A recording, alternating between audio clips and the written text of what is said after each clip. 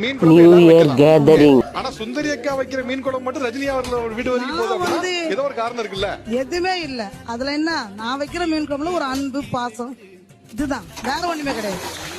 இப்ப எல்லாரும் சொல்ற மாதிரி நான் 2 நிமிஷம் செய்வேன், 5 நிமிஷம் செய்வேன், 10 நிமிஷம் சேர்த்தலாம் இல்ல. எங்க குழம்பு கம்பல்சரியா 45 நிமிஷம் மீன் குழம்பு வைக்கிறதுக்கு. ஆமா.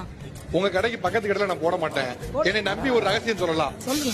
பெசன் ரவி என்ன ஒரு சொன்னாங்க, என்கிட்ட ஒரு மசாலா ஒண்ணு இருக்கு, அந்த மசாலா தான் வந்து அந்த டேஸ்ட் கொடுக்குது அப்படின்னு. அந்த மாதிரி உங்கள்ட்ட ஒரு மசாலா இருக்கா இல்லையா? அதெல்லாம் கிடையாதுங்க.